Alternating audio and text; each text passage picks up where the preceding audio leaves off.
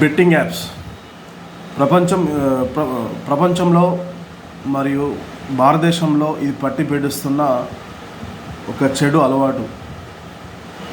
So ఇవాళ betting apps గురించి ఒకసారి మాట్లాడుకుందాం. బెట్టింగ్ యాప్స్ గత కొన్ని రోజులుగా తెలుగు రాష్ట్రాల్లో సంచలనంగా మారింది. ఎందుకంటే ఎప్పుడైతే వీసీ సజ్జనార్ తెలంగాణ ఆర్టీసీ ఎండి వీసీ సజ్జనార్ ట్వీట్ చేయడం మొదలుపెట్టాడో అప్పటి నుంచి కొంత యూట్యూబర్స్లో, కొంత జనాల్లో, కొంత యూట్యూబర్స్ ఇన్ఫ్లుయెన్సర్తో కొంచెం మార్పు మొదలైంది. ఫస్ట్ లోకల్ బాయ్ నానితో ఈ టాస్క్ స్టార్ట్ అయింది. అతను ఒక లోకల్ బాయ్ నాని ఒక రూమ్లో కూర్చొని తన భార్య దగ్గరికి వచ్చి ఏమంటే 30,000 రూపాయలు అవసరం ఉందని చెప్పి అడగగానే వితిన్ 1 minute అతను 30,000 రూపాయలు 30,000కు 40,000 రూపాయలు ఇచ్చి ఖర్చు పెట్టుగా అనేసి ఇట్లా చెప్పేస్తుంటాడు తన భార్యకి. సో అది చేయడం, దాన్ని యూట్యూబ్లో, ఇన్స్టాగ్రామ్లో, టెలిగ్రామ్లో, ఫేస్బుక్లో అతను పోస్ట్ చేశాడు. దాదాపుగా అతను లోకల్ బాయ్ నానికి ఉన్న ఫాలోవర్స్ ఆల్మోస్ట్ అన్ని ప్లాట్ఫామ్ మీద కలిసి 3 million వరకు ఉంటారు. అంటే దగ్గర 30 లక్షల మంది సబ్స్క్రైబర్స్ ఉన్నారు. సో ఇది ఎలాంటిదంటే క్యాన్సర్ కన్నా బాగా డేంజర్ బెట్టింగ్ యాప్స్. సో 30 లక్షల మంది సబ్స్క్రైబర్ ఉన్న ఒక పెద్ద యూట్యూబర్, దానిలో ఒక 1% అట్రాక్ట్ అయ్యి ఆస్తులు పోగొట్టుకున్న 3,000 కుటుంబాలు రోడ్డు మీద పడతాయి. దీన్ని గమనించిన సజ్జనా సార్ ఇమ్మీడియట్గా ట్విట్టర్లో పోస్ట్ చేశారు. దీన్ని ఆంధ్ర పోలీసులో కూడా ట్యాగ్ చేశారు. అతన్ని వితిన్ నెక్స్ట్ డే తన కస్టడీలోకి తీసుకున్న, ఎఫ్ఐఆర్ బుక్ చేశారు, కస్టడీలోకి తీసుకున్నారు. ప్రస్తుతం అతను జైల్లో ఉన్నాడు. సో ఇదే నాని గతంలో కూడా బెట్టింగ్ యాప్స్ పైన ఒకసారి మాట్లాడుతూ, నేను చదువుకోలేదు, నేను 2వ తరగతి వరకే చదువుకున్నా, మా అమ్మ నాన్న పేదవాళ్ళం, మేము పేద కుటుంబం వాళ్ళం, మాకు గంగపుత్రులం, మేము చేపలు పట్టడం, మాకు ఇది మాత్రమే తెలుసు, వేరే ప్రపంచం తెలియదని అమాయకపు మాటలు మాట్లాడాడు. దగ్గర నాని అతనికి ఉన్న ప్రాపర్టీస్, అతనికి ఉన్న ఆస్తులు చూస్తే అందరూ షాక్ అవ్వాల్సిందే. 2 చేపల బోట్లు ఉన్నాయి. ఒక్కొక్కటి దాని వర్త్ నాకు తెలిసి 80 లక్షల నుంచి 80 లక్షలు అంటున్నారు. ఒక కారు, ఒక బిల్డింగ్, 4 బైక్స్. అతను ఒకప్పుడు యూట్యూబ్ స్టార్ట్ అయ్యక ముందు అతను డైలీ లేబర్ లాగా చేపల వేటకు వెళ్ళేవాడంట. సరే, యూట్యూబ్ ద్వారా ఇన్కమ్ వస్తుంది, అందరికీ వస్తుంది, సంపాదించుకోవచ్చు. కానీ బెట్టింగ్ ద్వారానే దగ్గర 20 కోట్ల రూపాయలు సంపాదించాడు అనేసి వినికిడి. యూట్యూబ్, ఫేస్బుక్, ఇన్స్టాగ్రామ్, టెలిగ్రామ్ ఈ ప్లాట్ఫామ్స్ పైన యూత్ని అట్రాక్ట్ చేస్తూ, ఎవరైతే తను నమ్మి, తన మాటలు నమ్మి, తన బాడీ లాంగ్వేజ్ని నమ్మి తను ఫాలో అవుతున్నారో వాళ్ళకి డైరెక్ట్గా నువ్వు ఇది చెయ్యు, నువ్వు సంపాదించు అని చెప్తున్నాడు. ఇది చాలా తప్పు. మళ్ళీ దొరికిన ప్రతిసారి నేను 2వ తరగతి చదువుతున్నాను, నాకేమీ తెలియదు, నాకన్నా పెద్ద యూట్యూబర్లు చేస్తున్నారు, నేను చేశాను అని ఇదే ఒక్కటే మాట చెప్తున్నాడు. లాస్ట్కి ఫైనల్గా అర్థమైంది ఏంటంటే అది కావాలని చెప్తున్నాడు. ముందు ఒక విధంగా యాక్ట్ చేస్తున్నాడు, తర్వాత ఒకలాగా చేస్తున్నాడు. సో ఇదంతా ఫైనల్గా అరెస్ట్ వరకు వెళ్ళి జైలుకి వెళ్ళి కూర్చున్నాడు. అయితే ఖచ్చితంగా పోలీసులు చేయాల్సింది ఏంటంటే అతని నుంచి రికవర్ చేయాలి. అతను సంపాదించింది మొత్తం డేటా బ్యాలెన్స్ షీట్ స్టేట్మెంట్స్ అన్నీ తీసుకోవాలి. ఇతను బెట్టింగ్ పైన యాప్ ఎంత వచ్చిందో అది మొత్తం వాళ్ళకి పంచాల్సిందే. ఏది లేదు అంటే గవర్నమెంట్కి హ్యాండ్ అవుట్ చేయాలి, సీఎం రిలీఫ్ ఫండ్కి ఇవ్వాల్సిందే మొత్తం. అది ప్లస్ అతడు ఎవరి ద్వారా వచ్చింది, వాళ్ళు ఎక్కడ ఉన్నారు, ఇది కూడా కూపి లాగాల్సిందే. ఎంత మూర్ఖుడు, ఎంత నమ్ముతే మోసం చేసేవాళ్ళు యూట్యూబర్స్, ఈ వ్యక్తులు. నాని ఫస్ట్ ఉంటాడు, అమాయకమైన ఫేసు, నాకు ఏది రాదు, ఏమీ తెలియదు, నేను 2వ తరగతి చదువుకున్నా, నాకు ఇది అంతే తెలుసు అంటాడు. కానీ బెట్టింగ్ యాప్స్ ప్రమోషన్ చేస్తాడు, లోన్ యాప్స్ చేస్తుంటాడు. కొంచెం కూడా సోషల్ రెస్పాన్సిబిలిటీ ఉండాలి కదా బ్రదర్. నేను ఒక 30 లక్షల మంది ఫాలో అవుతున్నప్పుడు నువ్వు తిరిగి వాళ్ళకి ఇవ్వాల్సింది ఏంటిది?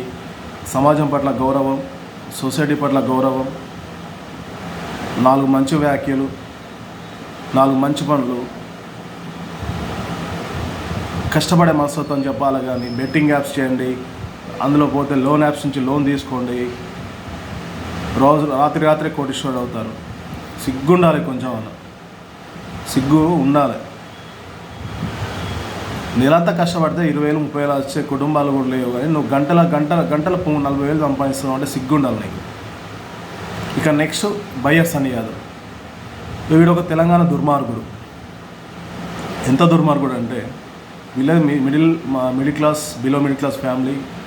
వీడు బైక్ రైడ్ చేస్తుంటాడు. ఇది బాగుంది. ఎవరైనా డిఫరెంట్ వృత్తుల్లోకి వెళ్తారు. కొందరు డాక్టర్లు, లాయర్లు, ఇంజనీర్లు, పోలీసులు, బిజినెస్, టీచర్స్, లెక్చర్స్ ఇలా వెళ్తుంటారు. కొందరు ట్రావెల్స్, కొందరు ఫుడీస్. ఇతను travels bike rider sir. Okay, it's good. వెళ్ళాడు, బాగుంది. ప్లాట్ఫామ్స్ క్రియేట్ అయిపోయాయి, ఒక మంచి అమౌంట్ వస్తుంది యూట్యూబ్ నుంచి.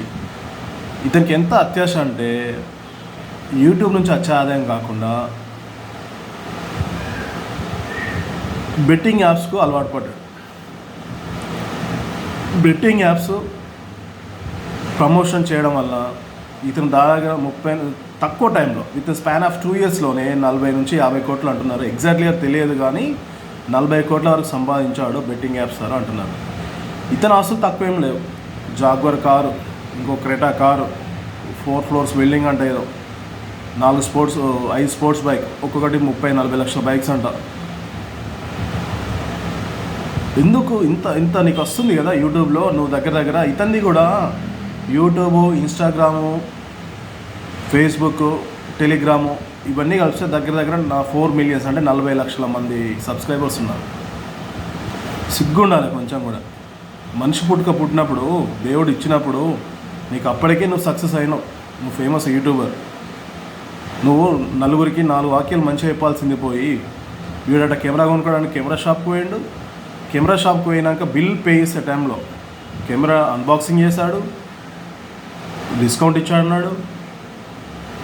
అన్బాక్సింగ్ చేసి డిస్కౌంట్ ఇచ్చాక బిల్ పే చేసే టైంలో 1 మినిట్ అని క్యాషియర్కి చెప్పేసి ఆన్ ది స్పాట్లో బెట్టింగ్లో ఒక బెట్టింగ్ వేసాడు. ఏదో గేమ్లో బెట్టింగ్ వేస్తే ₹1,00,000 పెడితే 1,00,000కు 90,000 అంటే ₹1,94,000 ఏదో వచ్చిందని చెప్తున్నారు.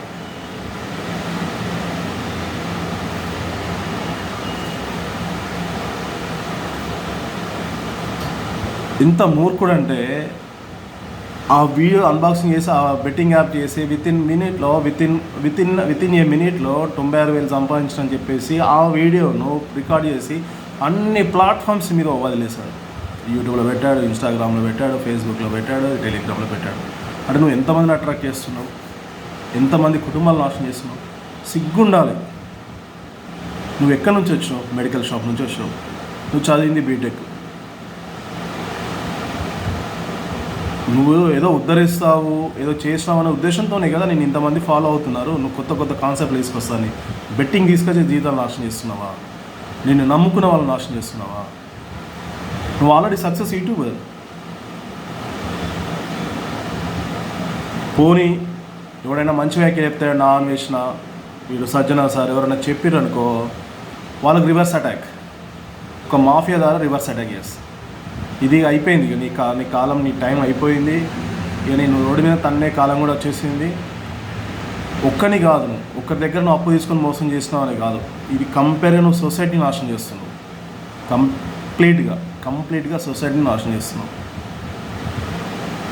నీ సబ్స్క్రైబర్లో నువ్వు 1% వేసుకో. 4,000 సబ్స్క్రైబర్స్, 4,000 కుటుంబాలు, వాళ్ళ జీవితం నువ్వు నాశనం చేసినట్టే కదా. ఇప్పుడు ఎఫ్ఐఆర్ నమోదైంది నూతనకల్లో. గత 4 రోజుల నుంచి 5 రోజు తప్పించుకొని తిరుగుతున్నావు. నువ్వు ఏమిటి మీ అమ్మని తలెత్తుకొని తిరుగుతారా? ఇక ఇంకోడు ఉన్నాడు, రైతు బిడ్డ. వీడు ఇంకా దుర్మార్గుడు.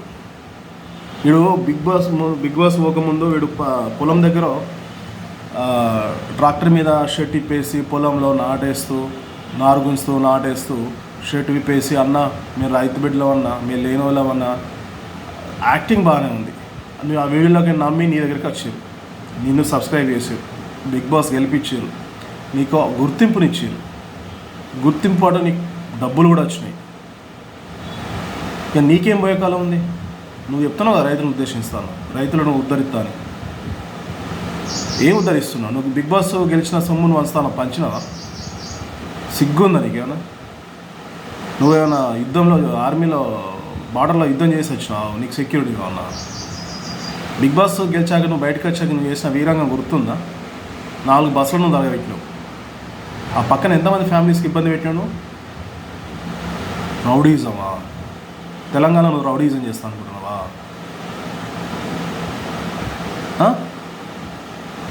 నీకు తెలియలేదు నువ్వు బెట్టింగ్ పెడతా అన్నప్పుడు నీ సబ్స్క్రైబర్స్ నిన్ను ఫాలో అయ్యేలా ఎక్కువ రైతు బిడ్డలు రైతులే ఎక్కువ ఉంటారు కదా, విలేజ్ నుంచి వచ్చి విలేజ్ క్యాండిడేట్స్ ఎక్కువ ఉంటారు కదా, వాళ్ళక నువ్వు నూరు పోసేది. అంటే మీరు తెలంగాణను ఆంధ్రను పంచుకున్నారా? సిటీస్ను ఒకటి బెట్టింగ్ యాప్ ప్రమోట్ చేయాలి, పల్లెటూరులో ఒకటి చేయాలనేసి. సిగ్గుపడాలి ప్రశాంత్. చిన్న ఏజ్లో నీకు గుర్తింపు వచ్చింది, డబ్బు వచ్చింది, ఫేమ్ వచ్చింది, నలుగురు గుర్తుపడుతున్నారు అంటే నువ్వు సొసైటీకి 4 వ్యాఖ్యలు మంచి చేయాలి. ఇలా యూట్యూబ్లో చేయకుండా టెలిగ్రామ్లో ఇలా చేసుకుంటూ పోతే సిగ్గు ఉండాలి ప్రశాంత్. సిగ్గుపడు. ఇప్పుడైనా మారి ఇమ్మీడియట్గా నువ్వు తప్పైందని వీడియో రిలీజ్ చేసి బెట్టింగ్ చేయకనని ప్రమోషన్ చెయ్యి. ఇకపైన నేను బెట్టింగ్ చేయను అనేసి ప్రమోషన్ చెయ్యి.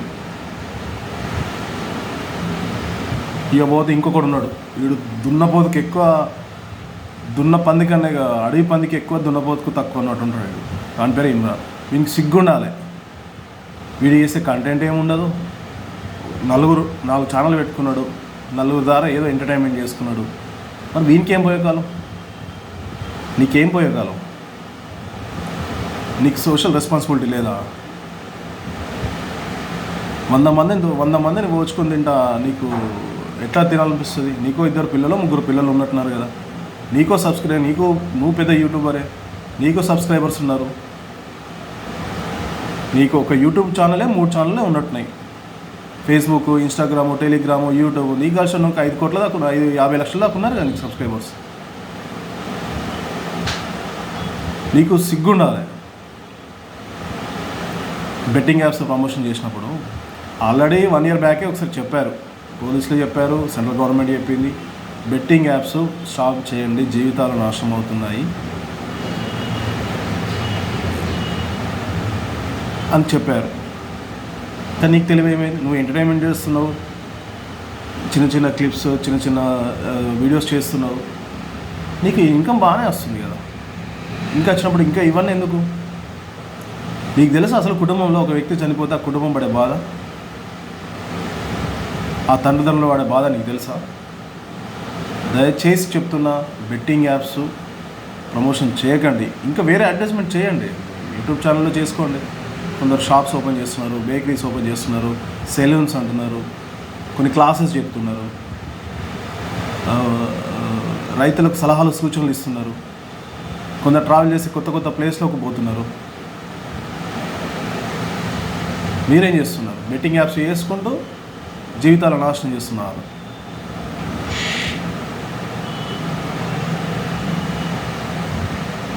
నలుగురికి మళ్ళీ చెప్తున్నాం, మీరు మారి వెంటనే వీడియోలు రిలీజ్ చేయండి.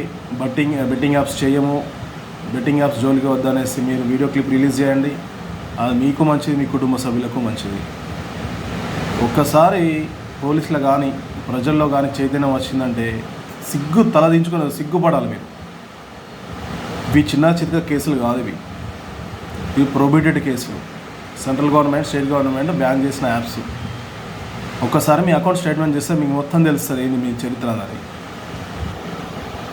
దయచేసి బెట్టింగ్ యాప్స్ జోలికి వెళ్ళకండి, బెట్టింగ్ యాప్స్ను ప్రమోట్ చేయకండి, లోన్ యాప్స్ జోలికి వెళ్ళకండి, లోన్ యాప్స్ను ప్రమోట్ చేయకండి.